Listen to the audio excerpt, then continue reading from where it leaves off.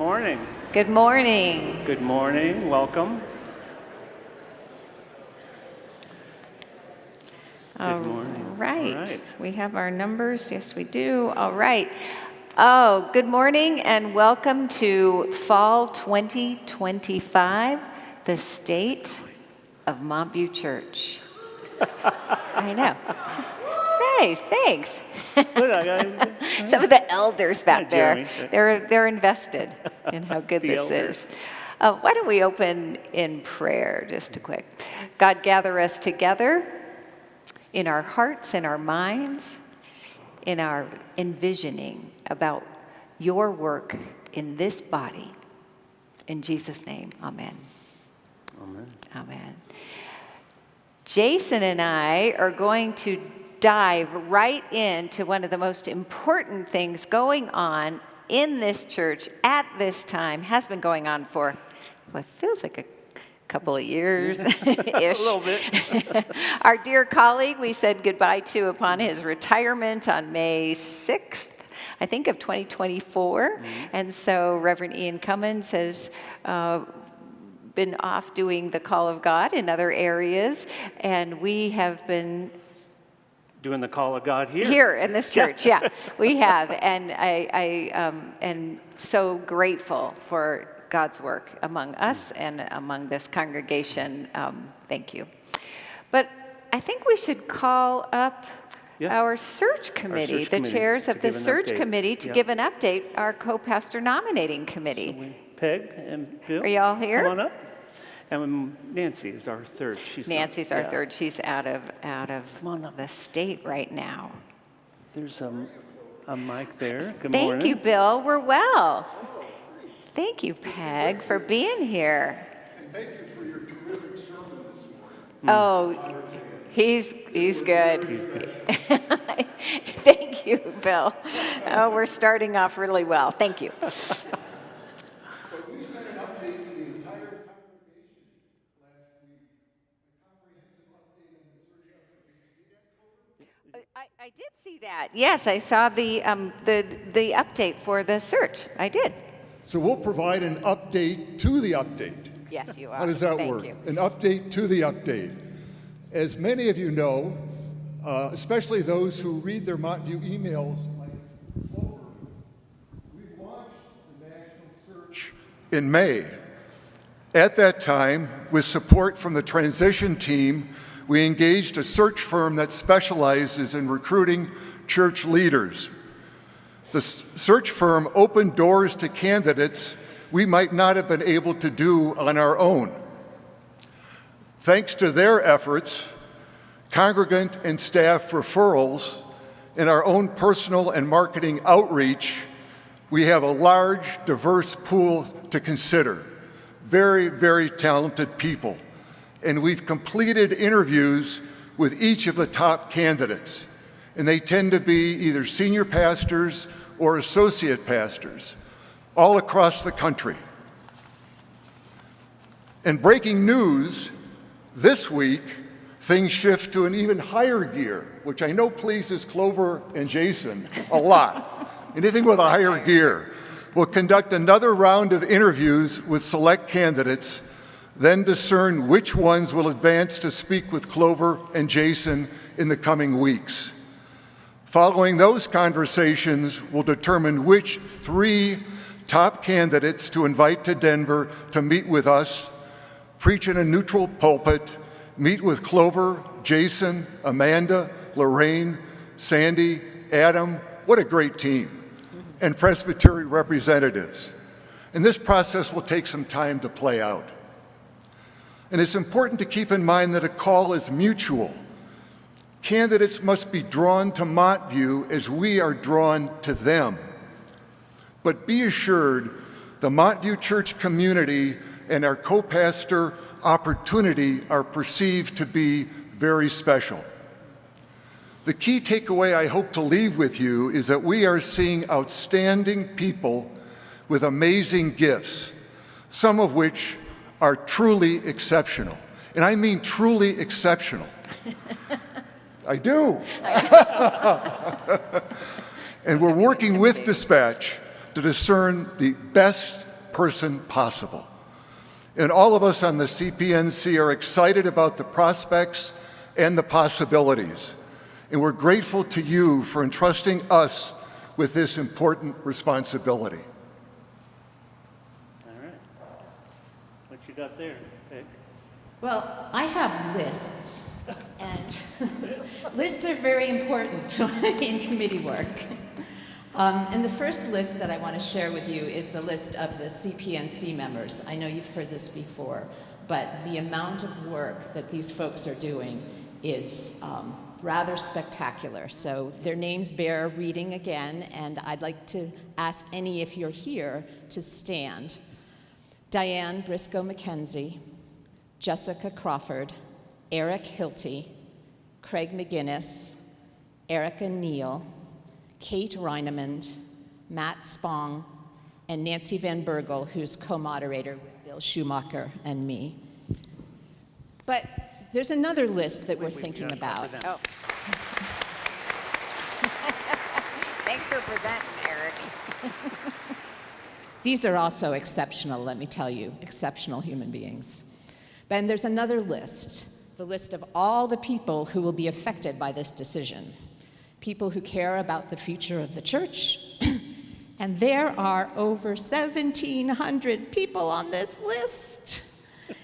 It's inhumanly possible to make them all happy. It Let me is just not tell you. humanly possible to make all those people happy. That is correct. You should know, Clover. So, quoting Sandy Prouty, let's put our heads together, hands together, bow our heads, close our eyes, and pray. Well, when Sandy does it, it works. We'll only call the next right co-pastor by the grace of God and by listening to Spirit. And so that's why, since January, our committee has also spent time together in prayer and in silence and in building ever-deepening relationships with each other. In prayer and stillness, we try to attune ourselves to Spirit. In deeper relationships, we build trust and love so we can truly listen to our differing perspectives and hear Spirit speaking to us through one another. We've had a rich journey together so far, and we're energized and hopeful about the work still to come. We do invite your prayers and support as we turn to Spirit for guidance and inspiration in calling our next co-pastor. So please pray with me. God, surround in love and lift up in peace this congregation as they await their new co-pastor. Surround in love and lift up in courage our staff as they await their new colleague and friend. Surround in love and lift up in light the CPNC as we continue to turn to you for guidance and grace. We are grateful for the blessings you are giving us in this time of transition, and we rest in hope and gratitude for your abiding love. Amen. Amen. Amen. Thank you, Thank you Peg. Thank both. you, Bill, Yeah. very much. We appreciate it. That's the only update we can give you. That's it. Presbyterians are very private. Do you want to say something about the organist? You want to say something about our other search? We have another search. I see Adam standing in the choir loft. You're far away to give an update from there. Oh, okay. Jason opened the door. He's standing looking at it. All right, briefly, Adam, what's the update?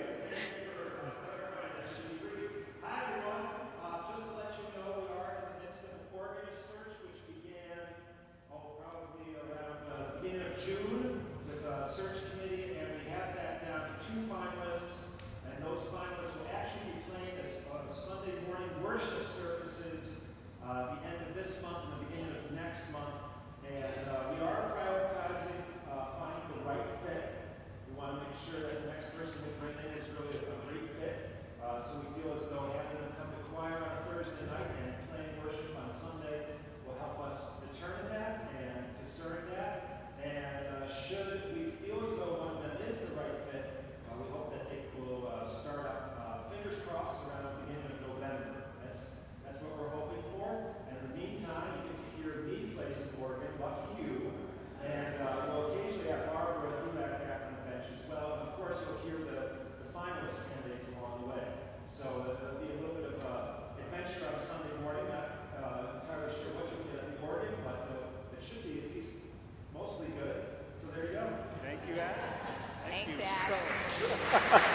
If,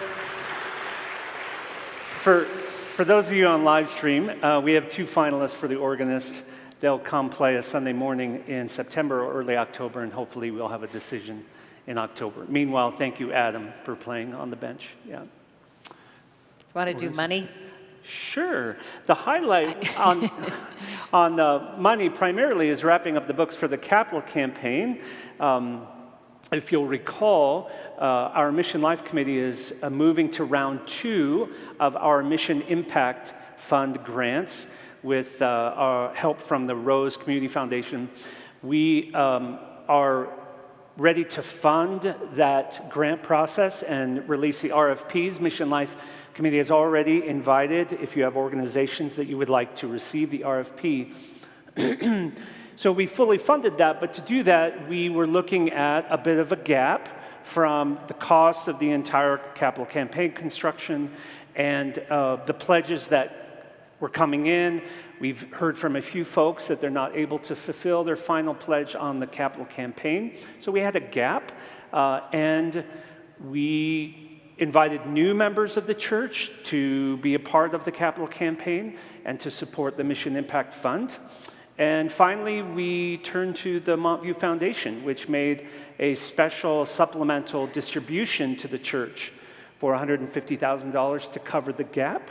So we look really good right now to fund Mission Impact Fund and to close the books on this capital campaign and get ready for the next one. Not with me. So thank you. Yay! Yeah, thank you all for your generosity, your faithfulness. This campaign really was a huge impact here in Montview and in our wider community and globally. So Absolutely. thank you for your Recognition. generosity. Yeah. And just, I know you know this, but this building is buzzing all the time. Our hope and dream of this, the new construction, the restoration of the Miller Center and the Heritage Center, people are here all the time using these spaces. They are in awe of these spaces, as are we. But just so you know, the vision, the hope, the dreams for this capital campaign and restoration of the church itself have come to fruition, and we kind of sit back in awe of what goes on. In fact, Todd Remby, our membership coordinator, is also our scheduler. I think you calculated 3,000 individual events in 2024, from a committee meeting to the knitters to music and mass production, 3,000 events. In 1 year. In 1 year. If you didn't hear that correctly. Yeah. Yes, Todd stays very busy. I want to just take a second to say, I'm not going to name everyone, but to say our staff is amazing. Every staff member gives 110% to the work of Montview Church. The staff is healthy, and we're having a good time, and our hair's not on fire, and which is really good. We laugh a lot together, and we're always there to have each other's back. So just want you to know that things are humming, and we feel really, really confident in this transition time at Montview Church. So that's good. Absolutely.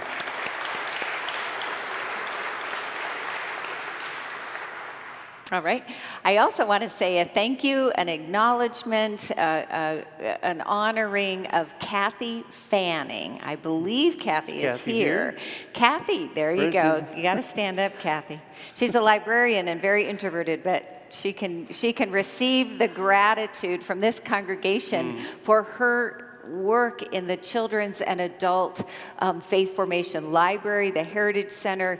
She's an incredible librarian and purchases so well, has a great ear and eye for theology and books that children can engage in. Kathy is passing the baton on, as it were, to Jean Sibley, who is going to fulfill that role of church librarian. But Kathy, thank you on behalf of the congregation. Oh.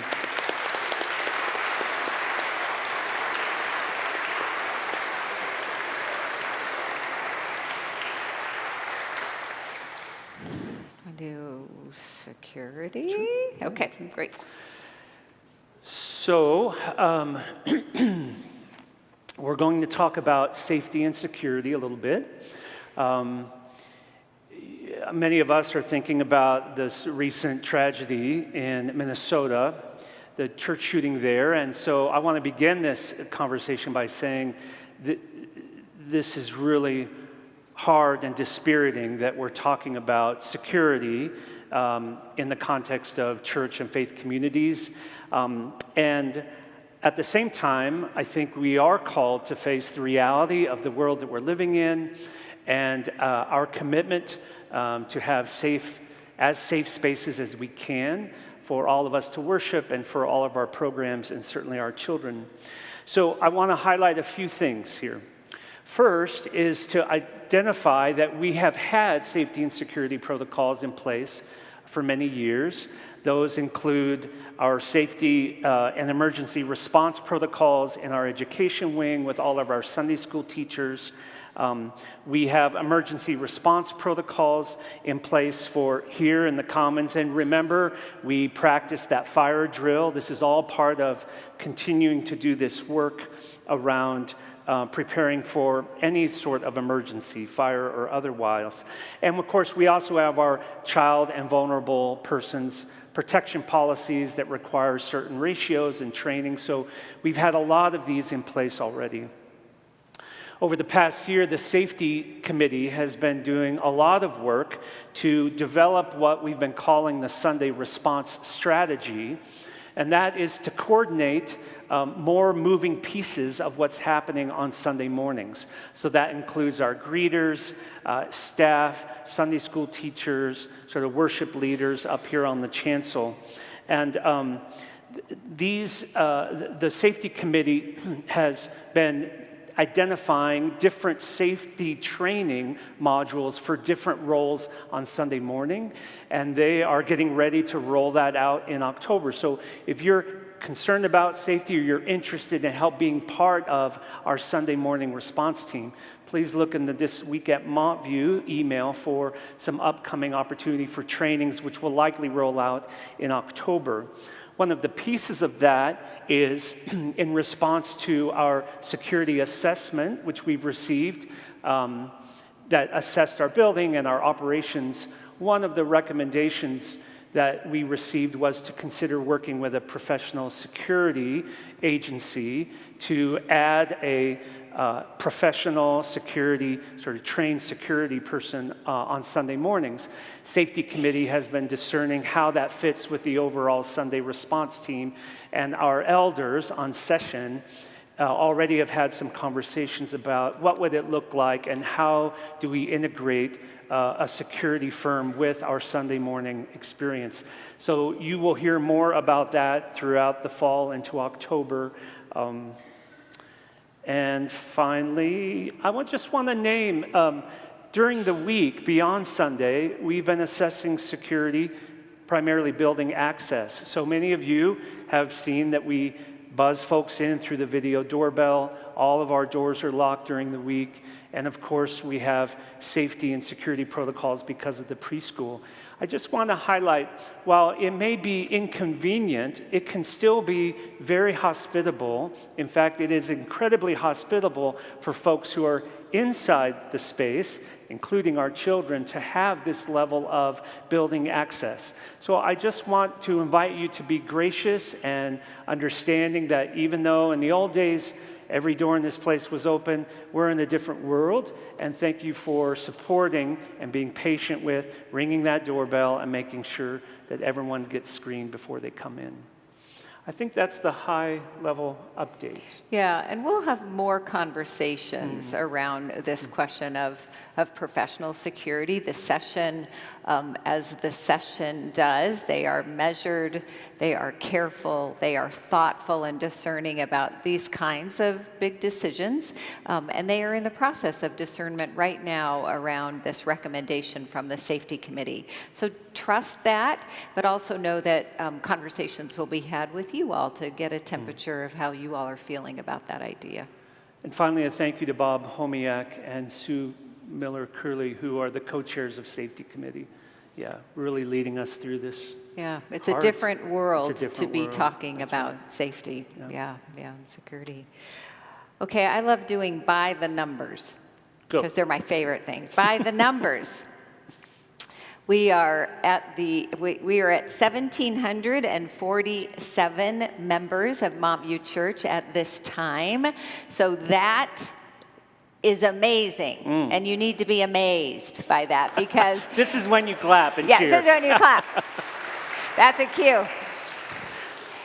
We've said it before, but our growth is against the trend for churches in the country.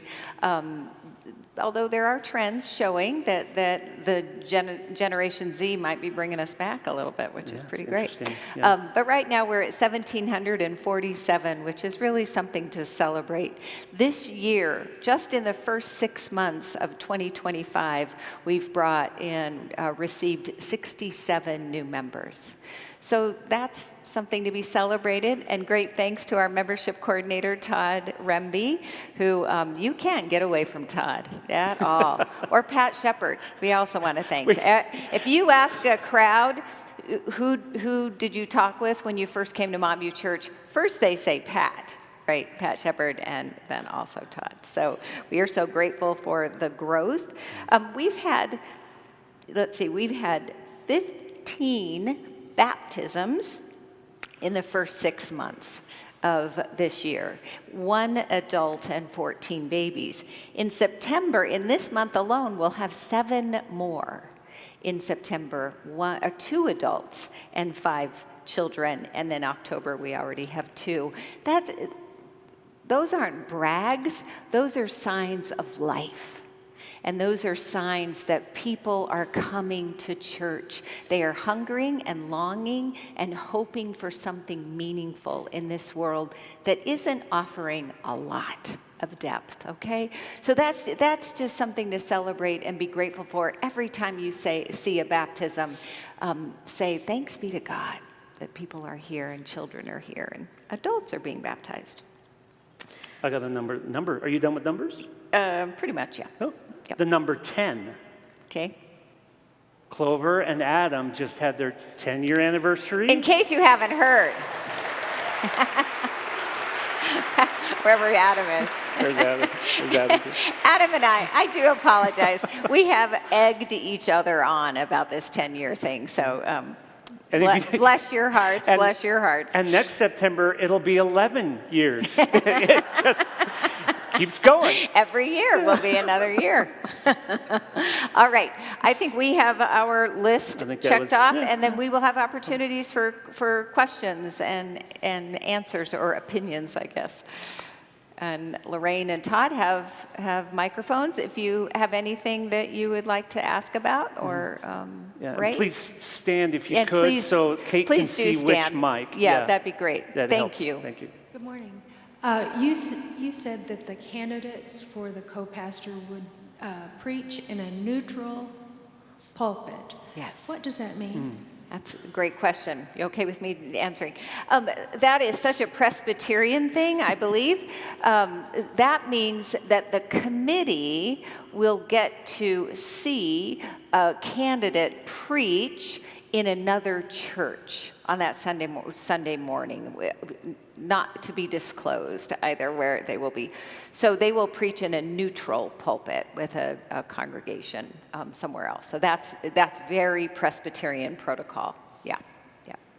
They don't. A candidate will not preach for us until the day that they will be voted on by the congregation in the congregational meeting. So they will be presented to the congregation. The congregation gets to meet that person. They will preach in our pulpit, and then the congregation votes. Other questions? Oh, man. Oh. Okay, Susie, I think. This might be a little off topic, but I would like to just lift up a shout out to the Columbarium Commission and the leadership there for the Yeah. incredible job that they do Yes. maintaining that gorgeous space. Absolutely. Susie, thank you. Yeah, The thank you, columbarium is remarkable. This is a pretty. Over here.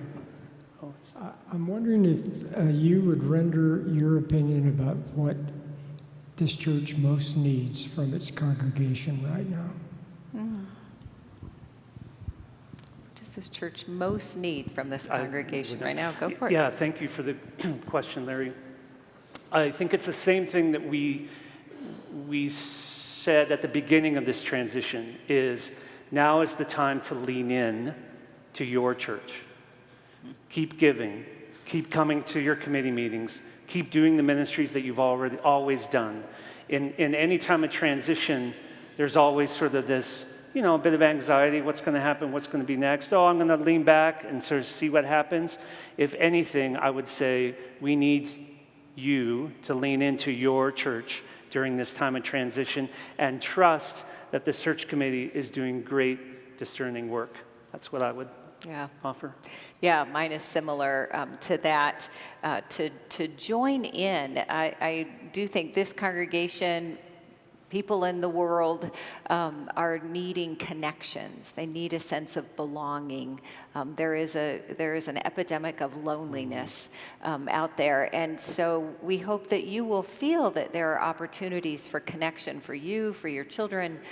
So please lean in to that and join what we have to offer here, what you have to offer. There is so much going on. Maybe it's a little overwhelming sometimes, but it's definitely worth connecting. So, yeah, join. And a plug for supper clubs that are rolling out. Like, that's a great place to really feel like I belong. Because at 1,700 members, it's really hard. 1747. Right. Go ahead. Who is in? Yeah, right here. Yes, over here, Debbie. This is an easy one, I think. I'm just curious about if there's been any changes or an update on people from other states or cities that want to join Montview from a distance. Oh, that's good. That came up a couple times. I'm That's just true. curious. You know what? Why don't we have Todd speak to that since he's the membership coordinator? I don't know if it's specific to people just coming from out of the state.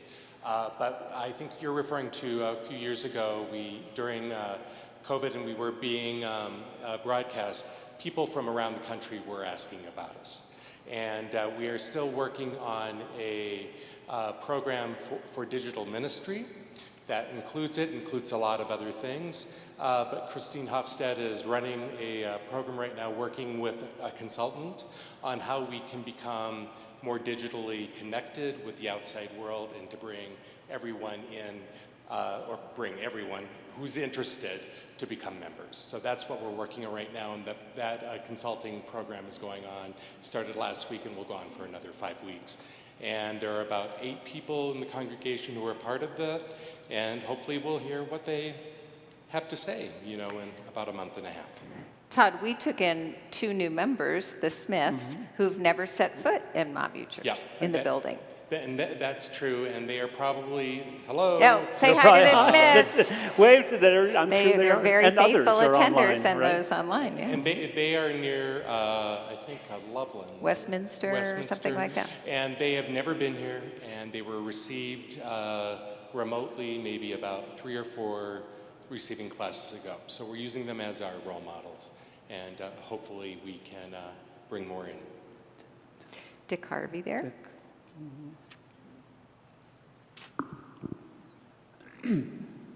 I'd like to sponsor a new round of applause for another person here today.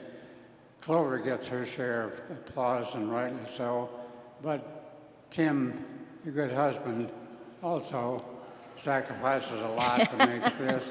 So Tim's here. Tim Would you stand up? Tim Beal.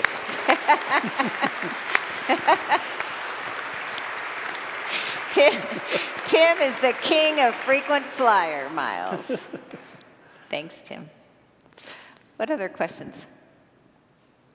Peggy. I'd like to echo your comment about lean in and get engaged and just promote the mission fair, which is Sunday morning, October 5th.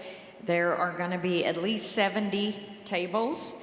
I am helping to staff Montview Social Justice Ministry. Please sign up for our social justice email about things before Congress or the state legislature, and Seeds of South Sudan. And I noticed on the Genius sign up, Montview is already very digitally savvy. Quilters, I forget who else, probably Habitat for Humanity. So do, especially you 11 o'clock people, come at 9:30. Is it in Fellowship Hall? Do you know? I think it's kind of, I think it's all Ministries Fair. over, right? That Where's many, Todd? Yeah. main floor. The scheduler. That's one of the 3001 events we're going to have this year, but it is, right now we'll be in McCollum and Heritage Center, but as Peggy said, we have a lot of groups that have signed up, over 50, and we may be moving it to Fellowship Hall, so stay tuned. Very good. We've got one here. Other questions? When the co-pastor candidate is invited to speak in a neutral church, will this congregation be expected to go to that church to hear the sermon? No, that is all very quiet. We won't even know. Only the search committee knows when and where those interviews will take place. So the congregation, the candidate, the finalist will be recommended, revealed to our congregation down the line when the finalist is actually here and ready. So no, you won't. You have to be in church this day here. You can't. You cannot go. Again, in part, just many of these candidates are likely serving other churches already and may not have disclosed that they're searching for another call. So the confidentiality of this process for candidates is really important. Yeah. So that's one of the reasons why only the search committee would know where the neutral pulpit is happening. Right. Good morning. Can you say something about the hacking? The hacking? Oh, the email. Emails? Yeah. I have laryngitis, so no, I can't. That was the recent one that I have laryngitis. I can't speak to you, so please send money. I don't know what it was. Yeah, what I would say is, if you know what's happening sort of globally with phishing, AI is making fraudulent emails look even more like Clover, as hard that is to imagine. Chatty chat chat. So here's the key takeaway. Do not reply to any email from a staff member if it's not from a montview.org email address. It'll have Clover's name all over it. It'll have her title. It'll even it'll sound like Clover. Remember, 3 years ago, we were getting emails from mostly hackers from Nigeria, and you could really sort of tell if the grammar there was something. Those days are gone. You can't tell. You cannot tell it's fraudulent. You've got to look at from where did that email come. And if it came from montview.org, then you're okay. Finally, I would say please don't click on any link or attachment from any staff member if you're not expecting some budget report from me or a brochure from Christine. Be very hesitant to click on any link or attachment, and you can always pick up the phone and confirm, hey, I got this email. Is this really you? Have the emails come from other staff members? Am I really kind of the target? You're the primary because, and this is happening in many churches all around, especially in Colorado. So a Presbytery sent out a similar message, a while back. Yep. Sometimes people impersonate Dan as the finance director, Dan Gasser, and again, trying to sort of have you disclose financial information, which is another red flag. Yep, never do that. Thanks for the question. Yeah, just to put a fine point on that, guys, Clover doesn't need gift cards, so that's right. Just don't ever buy her. Speak for yourself, Scott. If it's Nordstrom's. If it's Christmas and it's Nordstrom's, but not on a daily basis. Yeah, thank you. Thanks, Scott. Anything else? Yeah. One over here? One over. Over Oh, on the right left, there. Todd, a little further back on the left. I was just wondering if you could update us on the partnership with Temple Micah. That's great. Yeah, there are many levels to that partnership, both in sharing space at some very basic level. We are always negotiating space use. Bar mitzvahs and bat mitzvahs and other kinds of, like the high holy days are coming and the way space is used. They're very gracious to us when we have singing going on during their Shabbat service above, where things are going on below their Shabbat service in the Mikdash. But we are handling that, I would say, navigating all of that, all those practical issues with grace and humor. So we're grateful for that. We've done some work together, some services together over the year while they've been here. I can't think of the exact, after the election, we had a joint service. Miller.